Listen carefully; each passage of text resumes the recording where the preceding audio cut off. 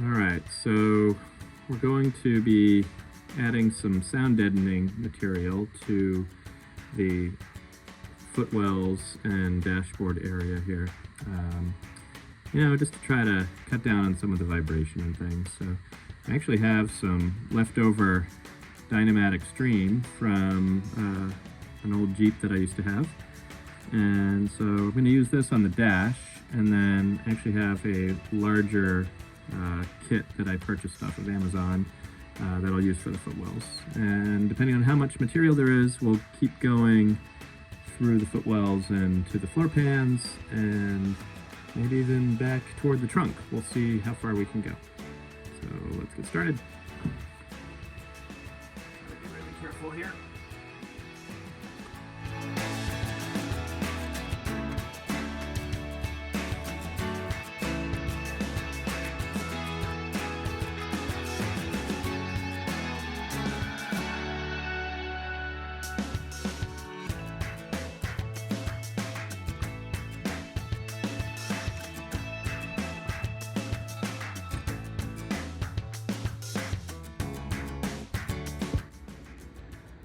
We're going to take a look at this sound deadening material that I picked up off Amazon. It was actually relatively inexpensive compared to, I'd say, the name brand stuff. But, name branded. It's got its own, its own logo and everything. So, it's not just necessarily a real off-brand thing. I like that it says no prep, no heat gun. I was planning on needing to use a heat gun for this. So, it sounds like it's at least worth a shot. And we'll open this thing up.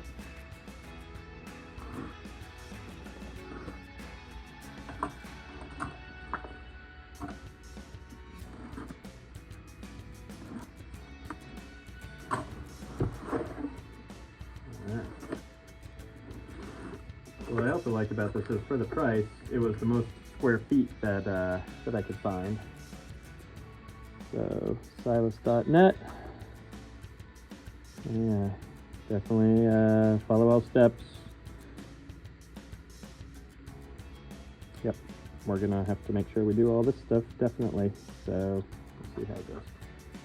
But, as you can see, these come in large pieces. Actually, we've got 1, 2, 3, 4, 5, 10, 15, 20 sheets, and the sheets are approximately, I'd call that maybe 18 inches by 24 inches or so. So it's like 1.5 feet by 2 feet. So yeah, if we measure this, 24 by 16, so it's like 1.25 feet. So 1.25 times 2. So since I have a little piece of this Dynamat Extreme left over, we can actually compare this kind of nicely. So, this Dynamat Extreme, I think they say is like a 4 mil aluminum with then the nitro. And if I compare it to this Siless, it's actually, the Siless stuff it's definitely a little thinner. It's not, a little hard to tell. I'm not really getting great focus here for you. But, I'd say the Dynamat is definitely stiffer. This Siless stuff is definitely a little more flexible. So, I think overall you're probably getting more for your money with the Dynamat. It's just, you can just tell. But if you're going for coverage and it's just a, project car, and you're trying to just cut a little bit of the vibration down, I'm sure that this stuff will do the job. If you're doing a nice, pro level resto mod or something along those lines, I would definitely, go with the Dynamat. But, I think this will be fine for our little project. Basically what we're going to be doing here is all of this area here. Going to be covering the transmission tunnel as much as we can get We're going to be doing the footwell all the way up. We're going to be doing underneath. We're going to be doing the sideboard, and we're going to be doing the floor pan. So, you know, earlier I definitely complained that, you know, that the POR 15 wasn't sticking well and everything, and that is true. But ultimately, we're covering it with sound deadening material. So, you know, it doesn't really matter how. I mean, you can still see here in the light. You know, there's just drips and everything from that, but you know, it's a coating and we're just going to deal with it. So everything's getting covered with sound deadener. We'll do the transmission tunnel, we'll do the floor pans, and depending on how much we have left over, we might do back here. So, you know, as long as we can do both sides, I think we'll be in good shape. All right. So if we're lucky, one of these pieces will fit nicely in here. Let's see how it looks. It's a little car, but oh yeah, look at that. It's actually going to fit pretty well. This is going to be great. So, you know, I think we can stick it. I think probably have to fold an edge here, and I'll fold the edge there. I think we'll move this guy. We'll move you all back a little bit so I can get in. And we'll see how it goes. So here we are with the first sheet placed in. And actually, so you've got these little tools that you can use to roll this out and get it like really squished down. I think, you know, it's most important to make sure that it's squished down like in the corners.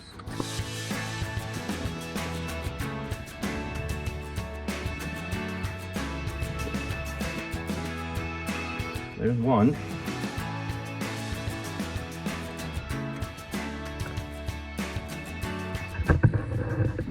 Two sheets in. So far, we're getting somewhere. So I'm figuring 1, 2, 3, 4, 5, 10, 15, 20, maybe, with the transmission tunnel. I guess we'll see.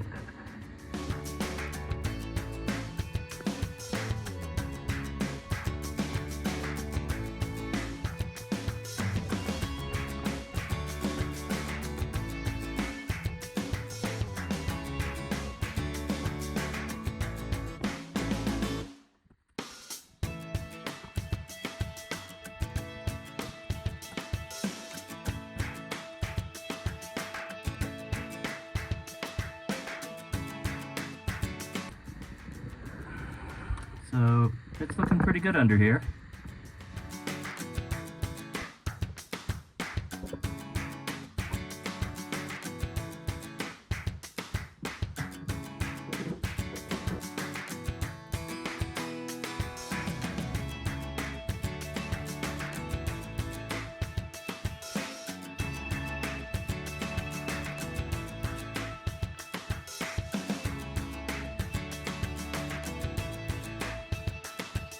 All right, here we are. Finished applying our sound deadening thermal shield material. Went with this product from Siless. 52 square feet of 50 mil. It's like you know, like a rubber material, sticky rubber material with a foil film attached to it. As you can see, ended up going all the way with our footwells, transmission tunnel. I actually didn't cut the hole here. I think I'm just gonna cut a very small hole for the shift lever to come through, and I'm gonna try to keep this the way that it is.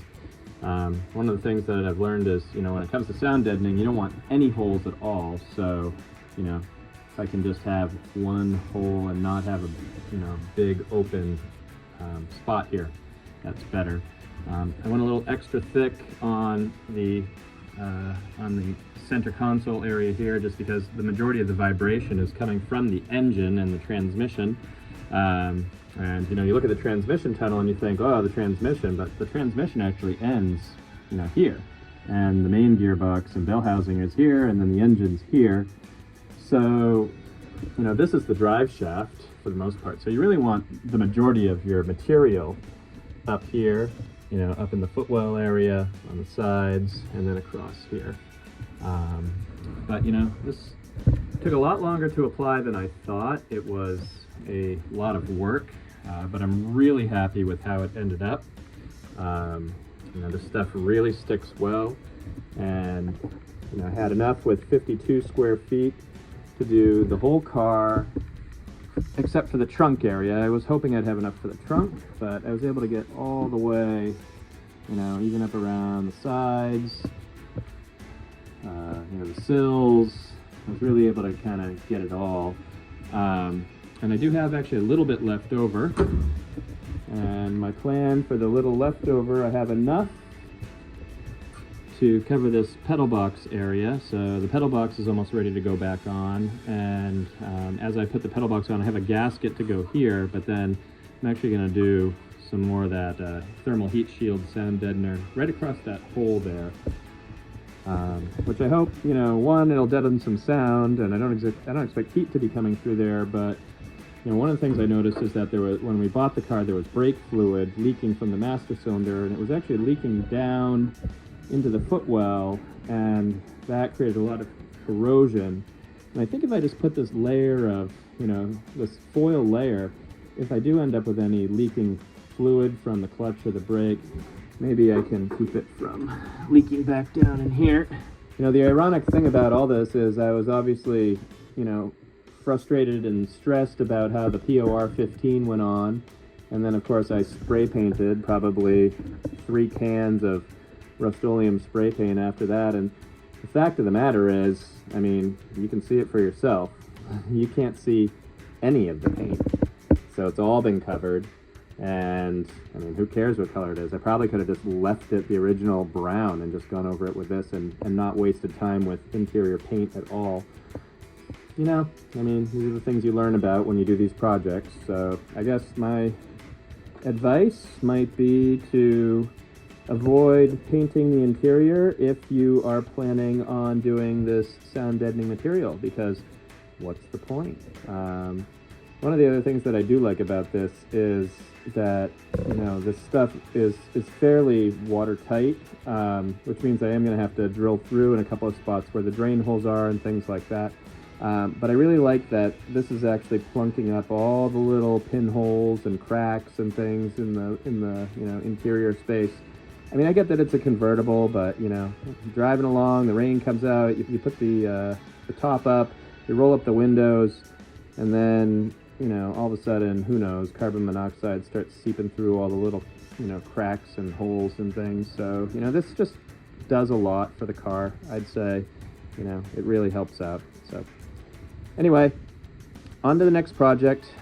Soon up, we've got pedal box, steering rack, and then we'll be getting to front suspension. So, you know, stay tuned.